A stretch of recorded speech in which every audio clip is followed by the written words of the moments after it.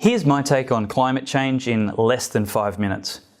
The Earth has been around for thousands, if not thousands of millions of years. We know from various geological records that there have been several dramatic shifts in the global climate, including extinction events and ice ages. But other than these macro-level observations, we've only been collecting detailed data since the 1880s, not even 1.5 centuries. There is no debate that the climate is changing. It's always changing. The debate centres around 3 important issues. 1. Exactly how much more than usual is the climate definitely changing? 2. How much of that unusually accelerated change is caused by post-industrial human activity? And 3. What do we need to do to save the planet from Tim Flannery's overstated and overdue apocalypse? How much will it cost? And how much real and long-term impact on the climate will it have in the big scheme of things?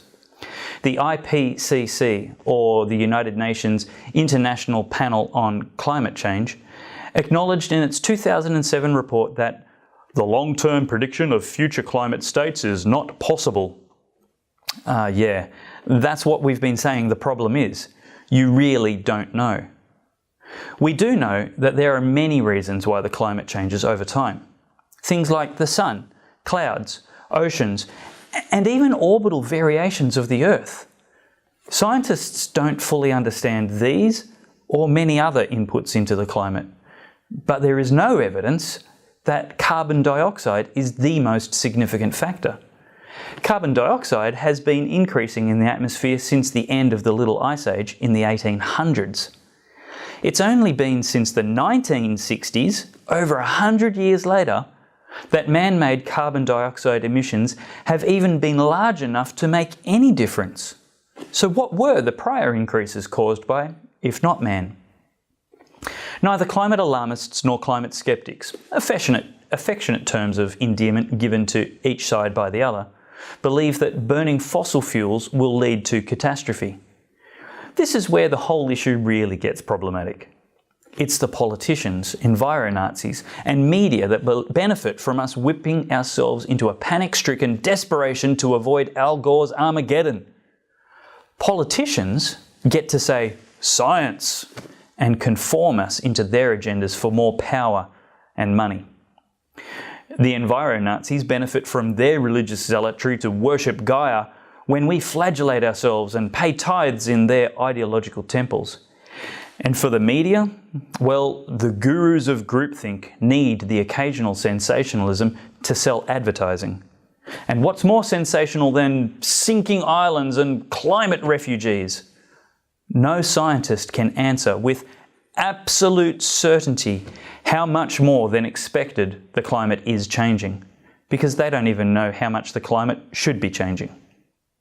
They certainly don't know what caused the first 100+ years of atmospheric carbon dioxide increases, let alone how much post-industrial humanity is contributing to those continuing increases now. But even if they could, nobody has a real solution.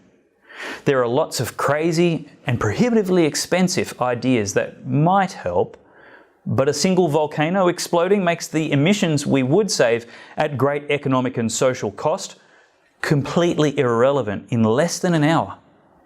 And the biggest developing nations of all, China and India, are never going to give up developing their countries so we can shave a few degrees off the world's temperature 100 years from now, maybe, if no volcanoes explode. If there's an alternative to fossil fuels, the free market needs to come up with it, which isn't going to happen soon. Burdening middle and lower class Australians with a huge tax on carbon dioxide, with insignificant benefits for a highly contentious problem, with no certain solution, is ridiculous policy.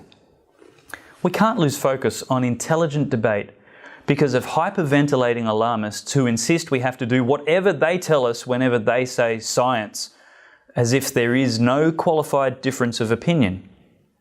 What we really need is a balanced climate conversation with sensible suggestions, so we can develop a sensible policy that doesn't catapult us back into the 1870s when everyone rode horses and lit candles.